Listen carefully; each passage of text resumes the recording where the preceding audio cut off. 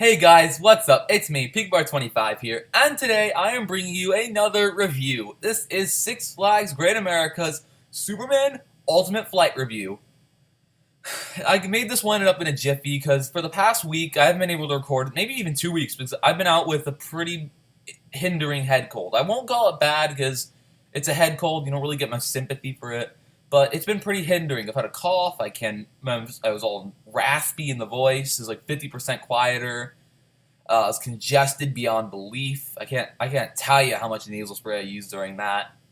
It was pretty bad, but I'm pretty much 90% over the arch of recovery right now. So yeah, this was actually going to be another video until another example of fan source content came in. This would have been Vortex at Carowinds. This video would have been of that coaster. But then a viewer, I was asked politely by Olivia Sanborn for this to be made, either this or Raging Bull. And I chose this to not be diverted too far from the plan. I still plan for Vortex to Carowinds to be the next review after this one. Then after that, I'll probably move on to like Top Thrill Dragster and Thunderbolt at Six Flags New England. I'm still willing to make fan source content that I'm comfortable with, and I can make feasible lists if you ask politely for it. If you can ask politely for a list, I'll consider it, and odds are I'll make it if I am up for the idea. And I don't shoot down a lot of ideas when it comes to this, because content is always appreciated. Because I can't do during this off season, I just can't do all reviews, or I can't stretch out my Bonanza series. It's gone like 3 months in overtime for my original projections, so I haven't had the time. I'll make a video of that a little later. My next video probably, maybe the video after that, because next week is finals week, and I could probably record one day before finals, and then the video after that will probably be a confession video, or not confession, but probably confession for why I can't upload frequently. So that's just my little agenda there. If you'd seen my 50 sub video from spring, I think, you'll know that this idea of fan source content's been live for a while. So Olivia, you're in my mind when I'm doing this. So, with that said, let's begin. Here we got the drop. Superman's drop features a rightward banking and swooping curving drop. Yeah, I know, a lot of adjectives because I can't really describe it other than bank, curve, swoop, right. It's better experience than said. It's a decent drop, but below par for drops. Doesn't really have that much of a decline. The angle it's not really the most intense drop. You're not going straight down, you're banking. And bank drops are not known for being as intense. I do like the flying sensation for it, but honestly, this drop is only like 100 feet as well. So it's honestly not the best drop, but it's still pretty good regardless. Accomplishes the job for building up speed, does make a pretty nice momentum gaining flying sensation. And if this was a regular coaster, this drop would probably be getting a very similar, if not worse, score. Like if a B&M, maybe like a small B&M Floorless had this kind of drop, this more elegant swooping drop, rather than turning 180 degrees and U-turn in a little bit of a dip and then going straight down. This one you're curving all the way through. It's almost like you're working your way around a circumference. Overall, this is going to get a 4 out of 10 for the drop. Not that impressive, slightly below average, but enjoyable nonetheless. Intensity. Though you have the sensation of flying the whole ride, most of the ride's layout has been pretty oriented towards elegant banking turns, such as the one you're seeing in the photo there. I believe that might be the turn out of the pretzel loop. I believe once you exit the pretzel loop, that's the turn you make. The pretzel loop is a nice amount of force. It does push the breath right out of you, but the rest is kind of forceless. The single moment makes the single moment of intensity does give it its 4 score, but only having one moment just makes it slightly below average. I will admit that pretzel loop makes me gray out and pushes the air out of me every time. It's quite a nice moment, but I can't give it average credit just for one moment. The rest of the ride is just kind of elegant. There isn't that much rushing feeling. It's more elegant. It's more elegant's the best word to describe it. More just critique, a way of doing that. Duration. Once again, another 4 out of 10. For this reason, this is a stats category. From watching a POV of this ride, this ride takes 43 seconds from disengagement from the lift hill to hitting the brake run, plus or minus a few seconds. So you have 43 seconds of pure ride time, where gravity is doing all the work. This is a below average duration in my opinion, but only slightly. I personally think I've set the goal that if you want a 5 in duration, you have to be at least 50 seconds of ride time. Because at that point you're just coming off the ride saying, okay, that was pretty quick, but fun. So another 4 out of 10 for Superman Ultimate Flight. I mean, what is it with the 4s so far? We've had 3 4s in a row. However, we're going to break the trend by doubling it with the restraints. The restraints in this coaster are quite extensive, as on most flying coasters. If you look at the diagram in front of us, this picture of a front row car at the station, you can see that there's a shoulder harness with more of the, it's like almost like a vest restraint. There's also a clamshell-ish lap bar that's attached to the front of the over-the-shoulder harness, as well as, looks like there's a couple side braces, and there's the ankle restraints especially. Now, let me tell you, the ankle restraints aren't that bad unless you kick your foot forward when it's coming down and you get your foot stuck in the restraint. Because you can get your foot wedged in between where the restraint's supposed to close, and it won't budge. They have to, like, push some sort of gap together. And sometimes that ankle restraint doesn't close naturally. You have to, like, push a lever. The employee has to do that. And that ankle restraint's pretty important, or else your legs will be trying to sag the whole time, and your legs will contort in a pretty uncomfortable way. Never experienced it personally, but, I mean, a lot of people could probably figure that out. The restraints here are pretty extensive. However, it's actually quite comfortable if you're not buckled in too tightly. And it does give you some room from the side to side. And when you're flying, the whole thing feels looser than what it is if you're sitting straight up.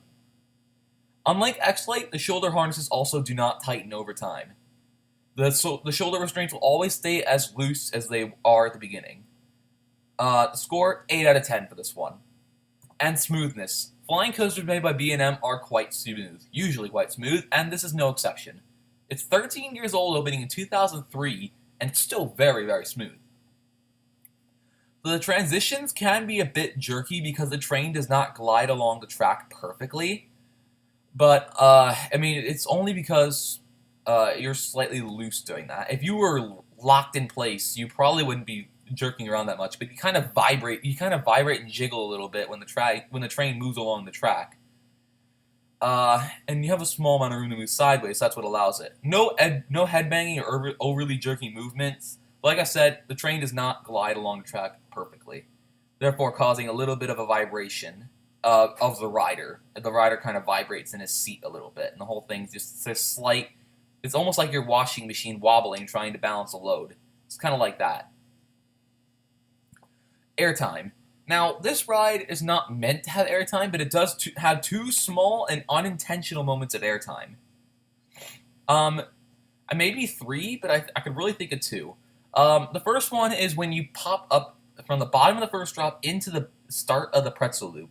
You kind of go straight up and then dive straight down. You get a little bit of pop, and maybe afterwards you get a bit of a pop coming back up from the pretzel loop. And then the most notable moment of airtime is that small lift and track that just gives a little pop of ejector airtime before hitting the brakes. It comes right after the inline twist. They're both a small pop of ejector airtime. Maybe, I think it's more ejector, but it's nothing significant, and it's unintentional airtime as well. I'll give it a 3 out of 10 for this. Theming. The theming is obviously Superman, as in the red and blue DC Comics hero that is plastered all over Six Flags. Every park, everywhere. There's plenty of red and blue to go around. It has cutouts of protagonists and antagonists, and has a big logo and a small statue of Superman at the entrance, as well as of course, the sign. I mean, it's identifiable, but it's not great theming. And the flying effect is an additional bonus to the theming. I mean, yeah, when you're flying like that in the ride, your first thought is, "Hey, I'm Superman." That's the world we live in. I mean, kids love heroes, and some of our inner childs don't die. Moving on, we have our final category, the inversions. Superman features 2 inversions, the pretzel loop and an inline twist. This coaster would automatically earn 2 points just for having them. That's how the thing works. However, it will actually earn 6, because the inversions, both of them combined, rank above a 2 out of 10 in greatness. The pretzel loop, while it's not my favorite element, provides great forces and is pretty much the main element of this ride. Not the main gimmick, because that's flying, but the main element of the ride is the pretzel loop. That's what people line up for, to experience that pretzel loop and also the sensation of flying. Pretzel loop is a great element for flying coasters, and it won't really work many other places. And the inline twist is a nice, fitting finish to when I'm flying. I know when I'm airborne and I'm having forward propulsion, I know the first thing I would do is I'd do an inline twist or a corkscrew or something along the lines. I'd lunge my body forward and twist. I do it underwater all the time. Little fun fact on me. It's a nice way to end it, and it's a pretty pleasant inversion as well. It's a nice, fun one. But overall, I'd give them 6 out of 10 for these two good inversions together. A 6 out of 10. And finally, we have the totals. The total score is a 40 out of 80, rounding to a perfectly boiled down average of 5 out of 10, but my score is a 7.5 out of 10. This ride is good, and it's one that I try to ride every time I'm at Great America. Fun, re-rideable, and a great experience. It's not easy to come by flying coasters, and the nearest one other than Superman is actually Firehawk at Kings Island. It's a great honor to have a flying coaster at my home park.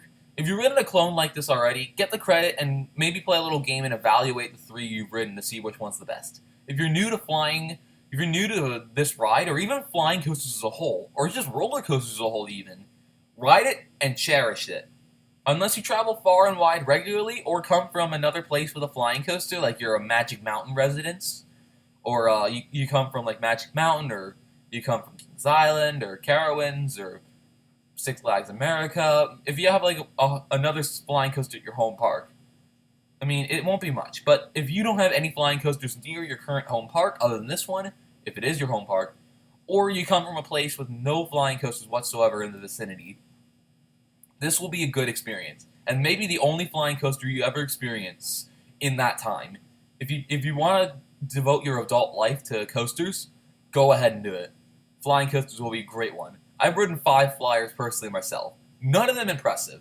I've ridden 2 of the Superman Ultimate Flight clones. The only one I haven't ridden is the one at Great Adventure, and all 3 Dutchmen.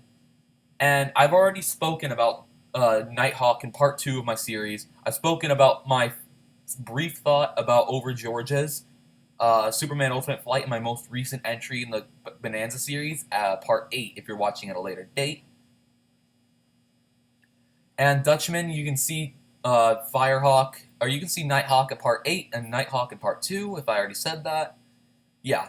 But anyway, guys, I hope you guys have enjoyed this video. If you feel free to be active in the videos. I'm not telling you what to do. Feel free to be active, like, comments, share, subscribe, whatever you need to do. I'm at 99 subs of this video as the time this is going up. And I'm so close to 100, and it's almost December, and my birthday is in 5 days, actually. I might make a birthday video. Like a birthday vlog or something. I don't know. I might do that. But yeah, reaching 100 subscribers would be great, but I'm not telling you to do so, because I am not the deciding factor in your life. So, I'm just going to say again, hope you guys enjoy the rest of your day. Hopefully finals week goes well for all of you and students in school, because I know a lot of my viewers can be on the younger side.